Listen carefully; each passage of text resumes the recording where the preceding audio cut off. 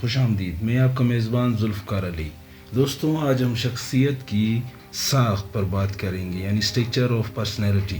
مختلف ماہرین نفسیات کا خیال تھا کہ شخصیت 3 بنیادی اجزاء لازات، اٹ، انا، ایگو اور فوق الانا سپر ایگو پر مشتمل ہے. چونکہ ایک انسان کی ہر قسم کی سوچ، احساس اور فعل ان تینوں کے باہمی عمل کے نتیجے میں واقع ہوتا ہے. اس لیے یہ تینوں نظام ایک دوسرے کے تعاون سے کام کرتے ہیں، لیکن اکثر ان کے درمیان کشمکش بھی ہوتی ہے جس کا اظہار انسان کی شخصیت میں ہوتا ہے. لیبیڈو شخصیت کے پیچھے کام کرنے والی قوت جو کہ پیدائشی اور جنسی نوعیت کی قوت ہے، شخصیت کے مقاصد کی تکمیل کو توانائی مہیا کرتی ہے. دوستو علم النفسیات کے مطابق شخصیت کے زیادہ تر مقاصد کا تعلق لذت کے حصول سے ہوتا ہے، یعنی پلیجر. اب ہم لازات، انا اور فوق الانا کیا ہے اور یہ شخصیت کی تشکیل میں اپنا کردار کس طرح ادا کرتے ہیں، ان پر الگ الگ بات کریں گے. سب سے پہلے لازات یعنی اٹ. علم النفسیات کے مطابق پیدائش پر بچے کی شخصیت صرف لازات پر مشتمل ہوتی ہے.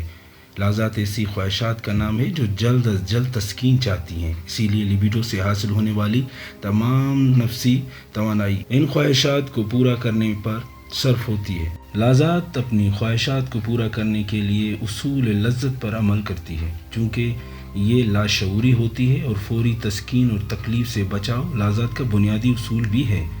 اس لیے حالات جو بھی ہوں، سماجی اقتدار خواہ کچھ بھی ہوں، لازات ہر حال میں اپنے مقاصد کو پورا کرنا چاہتی ہے اور پرسکون کیفیت کو برقرار رکھنا چاہتی ہے.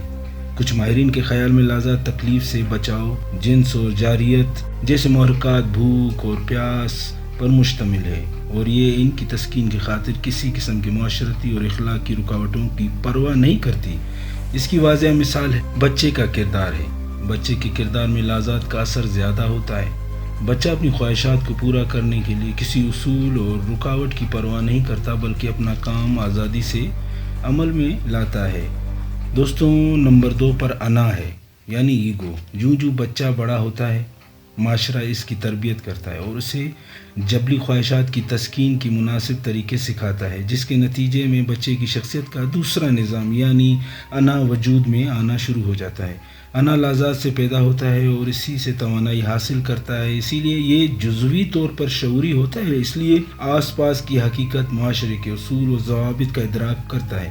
اس کا مقصد بھی لازات کے محرکات کی تسکین ہونا ہے، لیکن وہ اس کے لیے سماج کے لحاظ سے پسندیدہ طریقے اختیار کرتا ہے اور سوچ سمجھ کر عمل کرتا ہے. گویا انا وہ نظام ہے جو اصول اور حقیقت کے مطابق عمل کرتا ہے، لیکن بعض اوقات خصوصاً بچے کے شروع دور میں انا اصولوں اور اخلاقی اقتدار کو اگنور کرتے ہوئے لازات کی تسکین کرتی ہے. دوستوں تیسرے نمبر پر فوق الانا یعنی سپر ایگو. علم نفسیات کے مطابق انا جبلی ضروریات کو پورا کرنے کے لیے بیرونی حقائق کو تو پیش نظر رکھتی ہے، لیکن اخلاقی قوانین کی پاسداری نہیں کرتی.